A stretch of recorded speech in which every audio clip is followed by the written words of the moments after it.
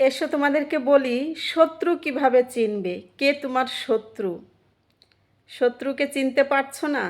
তোমার সামনের মানুষটি হলো তোমার শত্রু। সামনের যে মুখোশ পরা মানুষটি, মুখোশের আড়ালে তোমার যে বন্ধুটি রয়েছে না, সেই হলো তোমার শত্রু।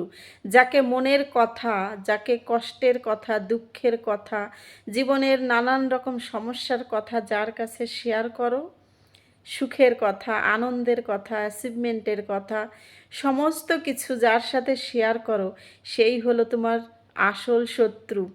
সে তুমি দুঃখ পেলে, তুমি দুঃখিত হলে সে মনে মনে খুশি হয়। তুমি তুমি জিতলে সে মনে মনে হিংস্র হয়।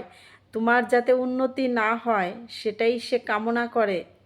একমাত্র তোমার মা বাবা ছাড়া বাকি সবাই কিন্তু তোমার শত্রু, মনে রেখো।